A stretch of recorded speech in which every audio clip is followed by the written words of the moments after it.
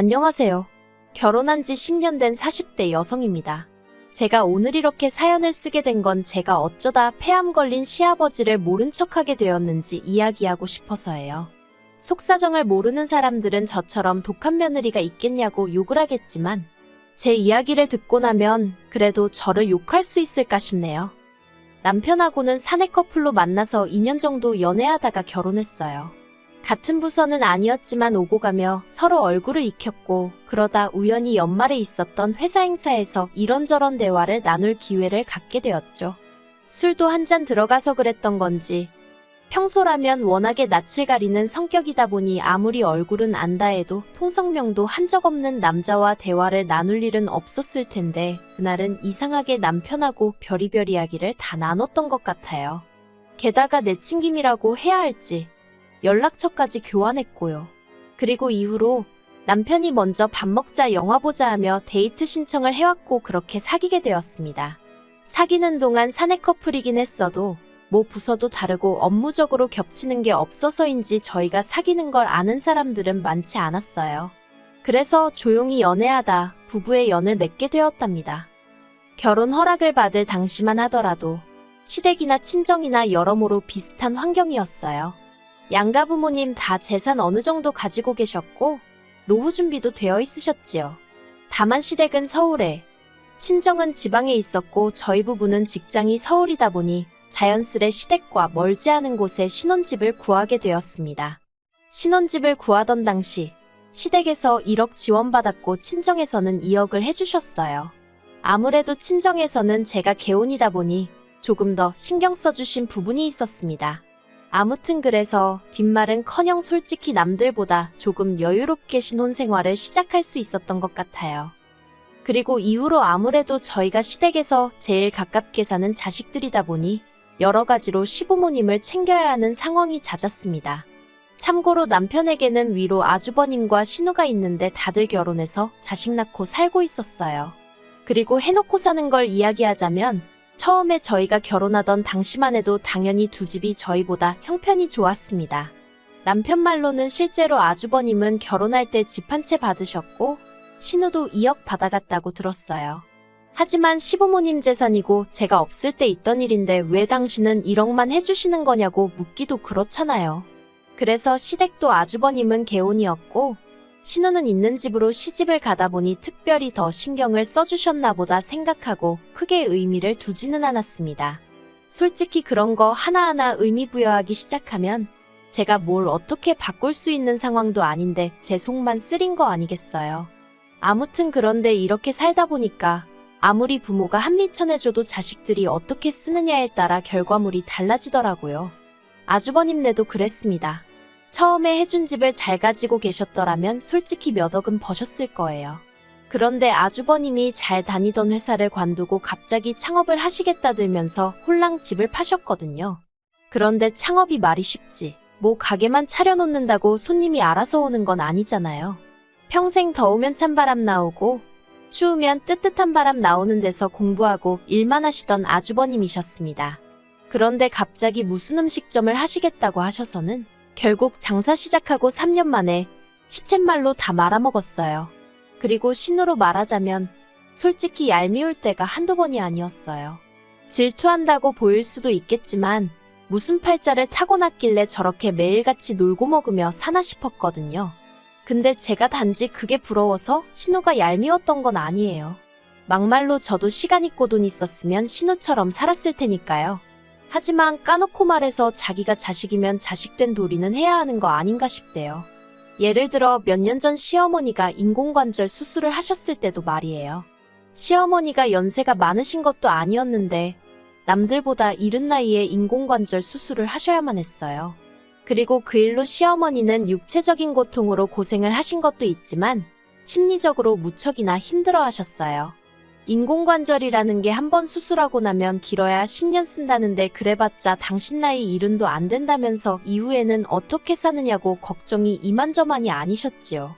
그리고 사람들이 인공관절 수술은 노인들이나 하는 거라고 생각하는데 당신은 나이가 60도 안 되었는데 그런 수술을 받았다면서 거기서 오는 우울감도 상당하신 듯 했어요. 그런데 신우는 단지 자기가 시댁에서 2시간 거리에 산다는 이유로 수술 때도 그렇고 거의 얼굴을 비추는 법이 없었습니다. 하지만 2시간 거리에 있는 친정에는 안 와보더라도 10시간 거리의 미국에는 잘만 가더라고요. 물론 제가 그런 신우 대신 혼자 시어머니를 돌본 게 억울해서 이런 소리를 한다고 생각하는 사람들도 있을 겁니다. 그리고 솔직히 저도 사람인데 가끔은 혼자 시어머니 비위 맞추고 상대해드리는 일이 버겁게 느껴지던 때도 있었으니 그 말이 완전히 틀렸다고 할 수는 없겠네요. 하지만 그래도 저는 저희 친정어머니도 워낙에 할머니를 지극히 모시는 걸 10여 년 가까이 옆에서 보며 자랐기 때문에 며느리로서 응당해야 할 일이라고 생각했어요. 그리고 실제로 시어머니가 저한테 매번 고맙다, 너밖에 없다, 너만한 며느리가 세상에 있겠느냐, 그런 말씀을 자주 해주셨거든요. 왜 사람이 말 한마디로 천냥빚 갚는다고 하잖아요. 제 기분이 딱 그랬어요. 이따금씩 힘들고 지치더라도 시어머니가 그런 말씀을 해주시면 그래, 내가 잘하고 있는 거구나. 그래, 남들이 어떻게 하건 그게 무슨 상관이냐. 나는 내 알도리만 잘하자, 그렇게 생각했지요. 그리고 무엇보다도 남편 또한 이런 저에게 무척이나 고마워했습니다. 남편은 이제껏 제가 하는 말에 한 번도 안 된다 한 적이 없었고 화를 낸 적도 없었어요. 제가 이렇게 하자 하면 좋다고 하고 또 저렇게 하자 해도 좋다고 하는 그런 사람이었거든요. 그래서 정말 나 하나 희생한단 마음으로, 억울한 마음보다는 보람찬 마음으로 지난 세월을 보냈는데 이렇게 시부모님한테 뒤통수를 맞을 줄은 정말 상상도 못했습니다. 작년 이맘때쯤이었어요. 얼마나 충격적이었는지 지금도 그날이 생생히 떠오릅니다.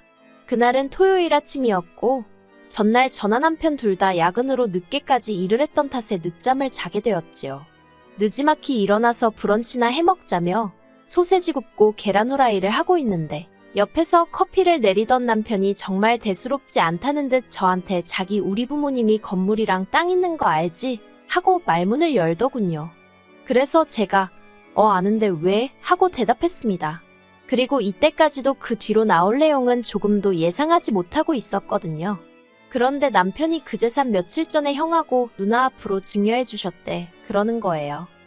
솔직히 제가 평소에 시부모님 재산을 생각하면서 무슨 꿈을 꾸고 있었다던가 그런 일은 결코 없었습니다. 하지만 그 이야기를 들으니 순간 당황스럽더라고요. 그래서 아주버님하고 형님만 하고 되물었어요. 그랬더니 남편이 한다는 말이 응형은 장남이고 누나는 하나뿐인 딸이라서 그렇게 해주셨다네 하는 거예요. 그래서 제가 남편더러 당신은 아무렇지도 않냐고 물었습니다. 그랬더니 남편이 자기는 전혀 상관없다나요. 사실 저희 남편이 워낙에 욕심 없는 성격이긴 해요. 그리고 지난 몇 년 동안 상황이 많이 달라져서 결혼 초와는 달리 아주버님에 비해서는 저희가 월등히 잘 사는 상황이었고 신혼에야 뭐 워낙 그쪽 시댁의 재산이 있으니 저희와 비할 것은 아니었지만 그렇게 치자면 저도 친정부모님 상황이 나쁘지만은 않았으니까 솔직히 속된 말로 딸릴 건 없다고 생각했지요. 하지만 그것과는 별개로 그간 저한테 정말 미주알고주알 다 이야기하시던 시어머니가 그런 이야기는 쏙 빼놓고 안 하셨다는 것도 서운했고 제가 그간 시부모님께 어떻게 해드렸는데 하는 생각을 하니까 너무 섭섭하더라고요. 하지만 더 열받는 건 남편이 이후에 한 말이었습니다. 시부모님이 남편더러 저한테는 당신들 죽을 때까지 말하면 안 된다고 했다는 거예요. 그리고 이 말을 듣는 순간 남편은 별 생각이 없었다지만 저는 느낌이 딱 오더라고요. 돌아가시는 그날까지 효도는 나한테 받으실 생각이었나 보다 하는. 한편 그 대화를 나누고 며칠 뒤 시부모님이 저더러 제가 한갈비찜이 먹고 싶으시다며 전화를 하셨더라고요.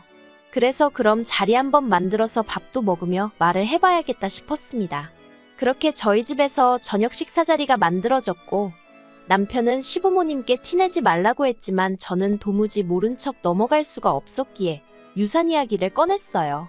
그런데 제 말의 요지는 왜 저희는 안 주셨냐가 아니라 왜 저한테는 숨기셨냐였거든요. 솔직히 저한테 남편한테 말씀하셨듯이 아주버님은 장남이고 신우는 하나뿐인 딸이라서 그렇게 챙겨주고 싶다 하셨으면 서운하긴 했겠지만 제가 안 된다고 하진 않았을 거예요. 말 그대로 그 재산은 시부모님 재산이니 제가 이렇게 저렇게 하시라고 말할 주제가 못 되잖아요.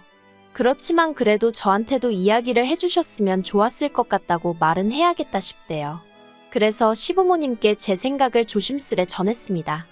그런데 시부모님의 결론은 며느리는 며느리일 뿐인데 왜 시댁 재산에 관심을 갖느냐였어요. 며느리는 피를 나눈 가족은 아니지 않냐? 그러니 유산상 속에 있어서는 며느리는 나설 자격이 안 된다나요?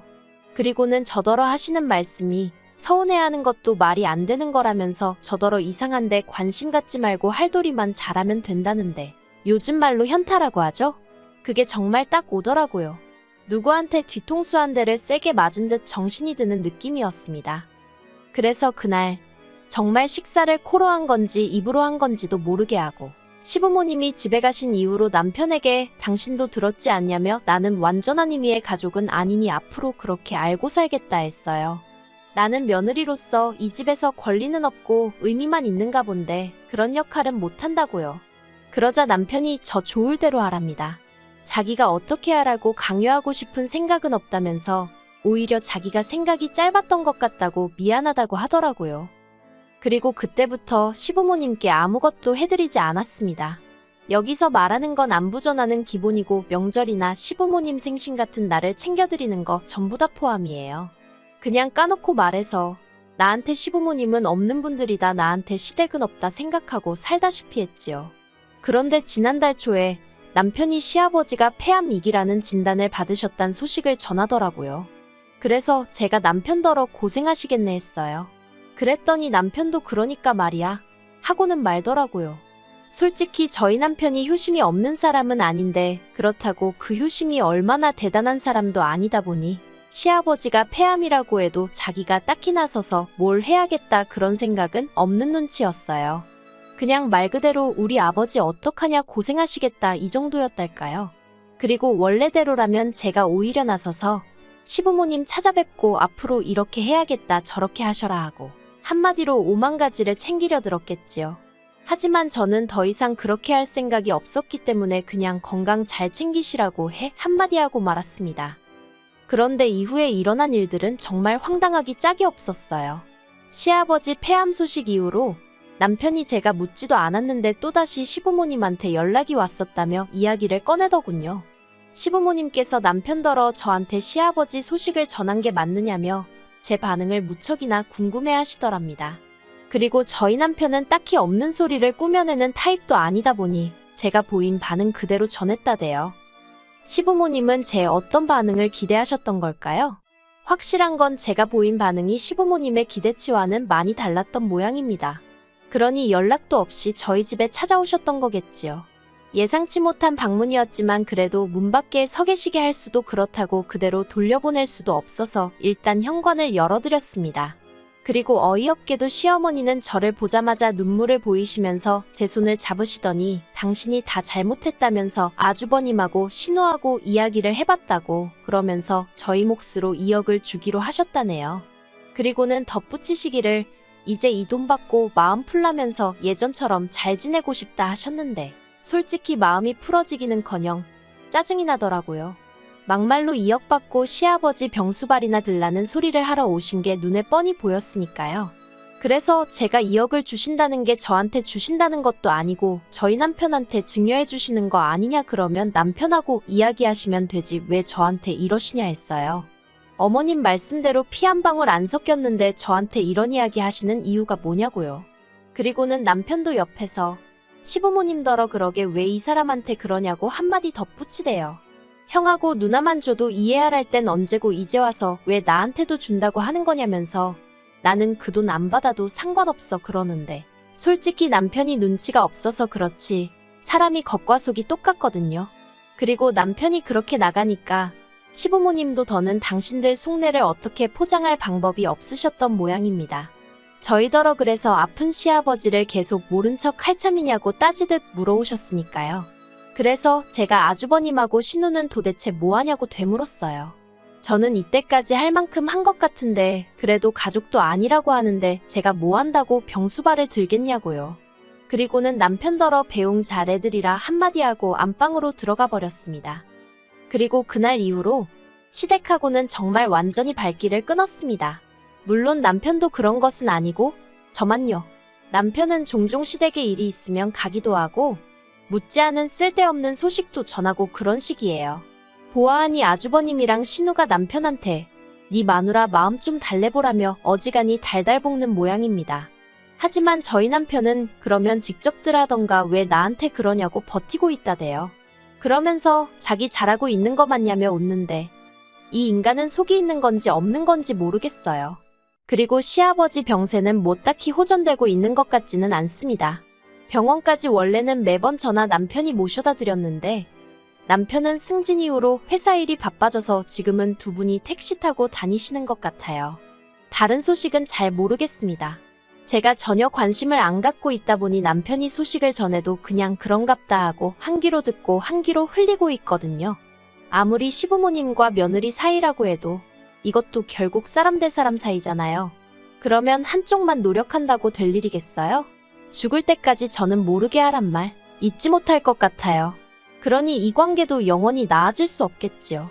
아무튼 저는 할 만큼 했다 싶으니 후회는 없네요.